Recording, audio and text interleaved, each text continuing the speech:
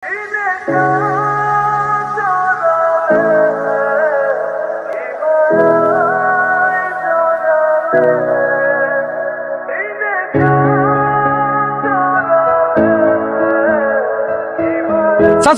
ও চাচা, জলদি বাইরে জুতা সব ধরছি। হাই খাইছিস কেন বান? আরে এ তো আমার জুতা। না না, পাগল মানুষ, ওরে কিছু বললেন না। আরে তোর সরাই থেকে। কত বড় সাহস তুই গায়? এই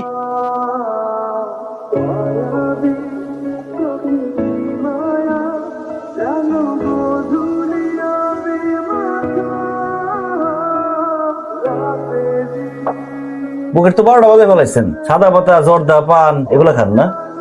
একটু খাই। একটু খান। এই মতি ডাক্তারের চোখ ফাঁকি দেওয়া এত সোজা না চাচা। আপনার মুখের যে অবস্থা আমি স্ট্যাম্পে লিখে দিতে পারি। আপনি ভাতের চেয়ে জর্দা বেশি খান। জর্দা খাওয়া বন্ধ। আমি ওষুধ লিখে দিতেছি, এই ওষুধটা 7 দিন 3 বেলা করে খাইবেন, ঠিক আছে? আর আর ওষুধ কি লিখে ধুলাবালি এটা পরিষ্কার কর। মতি ভাই, ও মতি ভাই,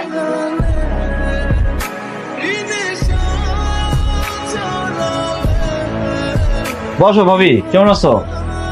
আমি ভালো আছি। আমার বোনজিটা একটু অসুস্থ। কি হয়েছে? 3 দিন ধরে কাশি, সারা রাত ধরে কাশতে কাশতে একটু ঘুমাইতে পারে না। সোহাগ ভাই,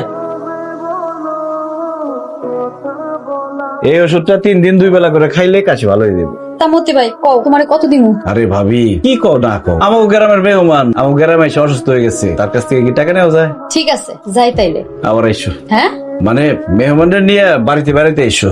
আচ্ছা ঠিক আছে, আসি তাইলে। হ্যাঁ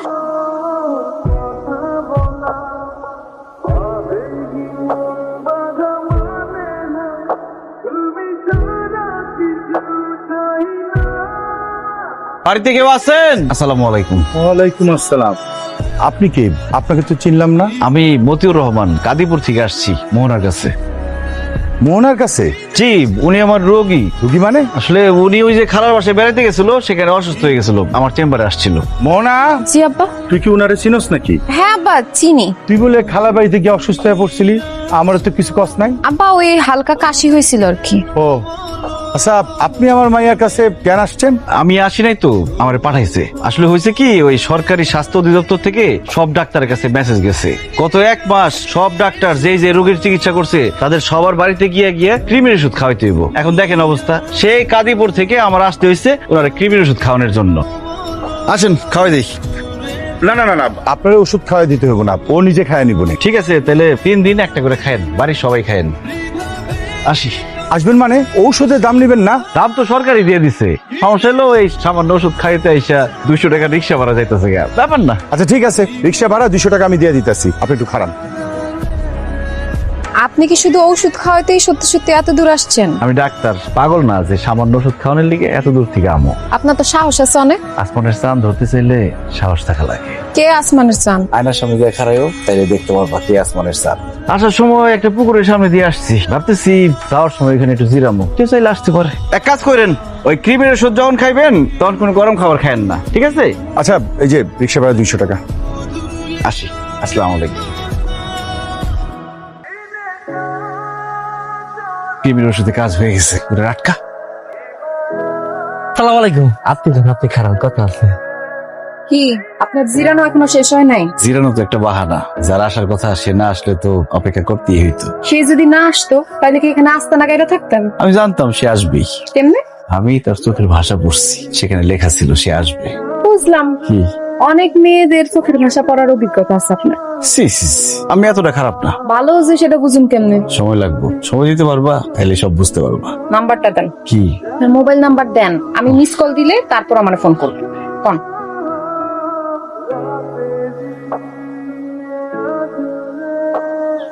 মনটা চাইতেছে এখানে থেকে যাই রে। আবার তুই আর কি করবি?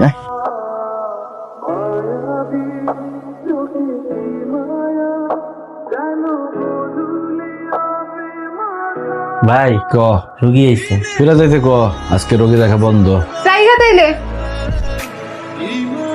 সোহাগ ভাই পানি আন, মাথায় পানি ঢালতে হইব, চোখে উল্টা পাল্টা দেখতেছি। উল্টাপাল্টা দেখতেছেন, যা দেখতেছেন ঠিকই দেখতেছেন। কিছুটা কেমনে? ডিগ্রি কলেজের ফর্ম নেওয়ার কথা বলে বাড়ির থেকে বাইরে হয়েছি, কিন্তু আসার পরে যে দেখতেছি আপনি যেইভাবে পুলিশের মতো জেরা করতেছেন, তার থেকে না আসলেই ভালো হইতো। সরি, ভুল হয়ে গেছে গা। বসো, এখানে খুব ভালো মালাই চা পাওয়া যায়, মালাই চা খাও। এইখানে বসতে পারুম না, আব্বার পরিচিত মানুষজন আছে। ও, তাহলে কই যাওয়া যায়? আরে আপনার এলাকা, আমি কি এলাকার কোনো কিছু চিনি? সোহাগ, নতুন ব্রিজ, নিরিবিলি রোমান্টিক জায়গা। নতুন ব্রিজ, আবহাওয়া ভালো, ঠান্ডা বাতাস। চলো। সে তখন থেকে তাকায় আছেন, কিছু কইবেন না, এমন তাকাই থাকবেন। ইচ্ছা তো করে তাকাই থাকি, এত সুন্দর সামনে থেকে দেখার সৌভাগ্য কি সবার হয়? সৌন্দর্য তো ক্ষণিকের, আজকে আছে কালকে নাই। আমি এমন একটা মানুষ চাই যে আমার এই সুন্দর সহ যেমন ভালোবাসবো, সুন্দর ছাড়াও তেমনই ভালোবাসবো। কথা দিলাম আমি তোমার সেই মানুষটা হবো। কথা রাখতে পারবেন তো? পাক্কা। কিন্তু তুমি আমার আপনি আপনি কোয়া বন্ধ করো। সময় লাগবো। ঠিক আছে, দিলাম সময়। আচ্ছা, আমি যদি তোমার হাতটা ধরি, তুমি রাগ করবা? সাহস একটু বেশি বেড়ে যেতেছে না?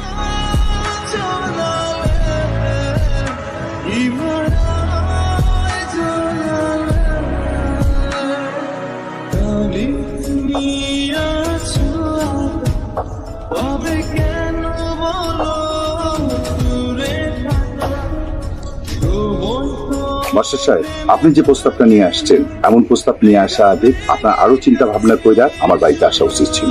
দেখেন ভাই সাহেব, মতি আমার ছেলের মতন। ওর বাবা মা মারা যাওয়ার পরে আমি আর আমার স্ত্রী ওরে মানুষ করি। ও যখন আপনার মেয়ের সাথে তার সম্পর্কের কথা কইলো, তখন আমার মনে হলো ব্যাপারটা পারিবারিক ভাবে ফয়সলা হওয়া দরকার। আর তাই তো মায়েরা কিন্তু আমার, তাছাড়া বলা তো এতিম, চাল চুলা কিছুই নাই। আরে বাবা, আজকালকার দিনে হোমিওপ্যাথি ডাক্তারে কি কোনো ভাত আছে? আচ্ছা মানলাম, আমি বিয়া দিতাম যদি পোলাটার বাপের সয় সম্পত্তি কিছু থাকতো, সেটা তো নাই। এখন যদি এই ধরনের পোলার কাছে আমার মাইয়াটা দিই, বিয়ার পর আমার মাইয়াটারে ঠিক মতো খাওয়াইতে পারবো? তাছাড়া ছেলেমেয়েরা আজকালকার নিজের পছন্দে বিয়া করব, এটাও আমার পছন্দ না। আপনারা এখন যাইতে পারেন, যান, এটা নিয়ে যান।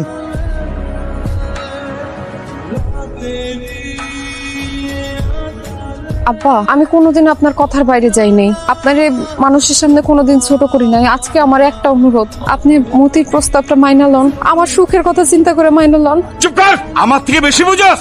পোলা তোর মাথা খাইছে। বিয়া করণের পর ডাল কিনতে যখন নুন ফুরাইবো, তখন এইসব প্রেম ভালোবাসা আসমানে উঠা যাইবো। আমি যেটা বলছি সেটা শোন, সামনে মাসের রহিম ভাইয়ের পোলা কাতার থেকে দেশে আইবো, ওর লগেই তোর বিয়া হইব।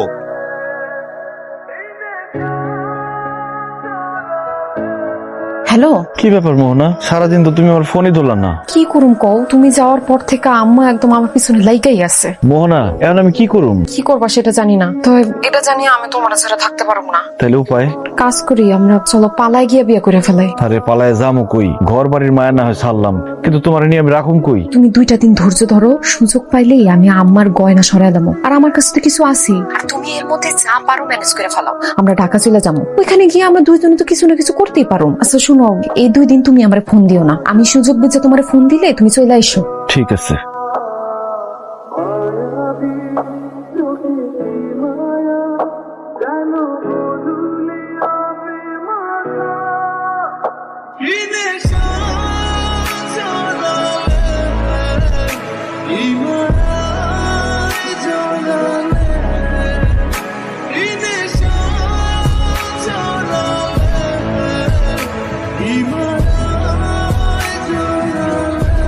এই যে দেখো, জরুরি ফাইলটা এখানে রাইখাই দিব্যি আরামে উনি ঘুমাইতেছে। সব কাজ আমার করতে হইব, একটা কাজ যদি নাই।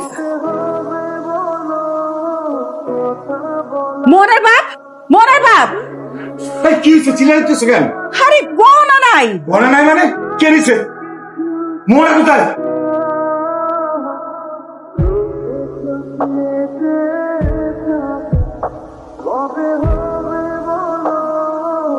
এই, ট্রেন ছেড়ে দিতেছে তো, তাড়াতাড়ি আসো। ট্রেন ছেড়ে দিতেছে।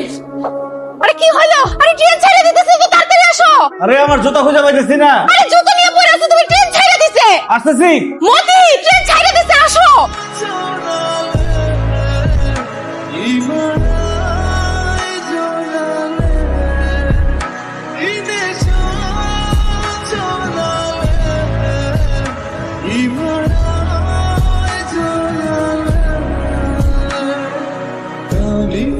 me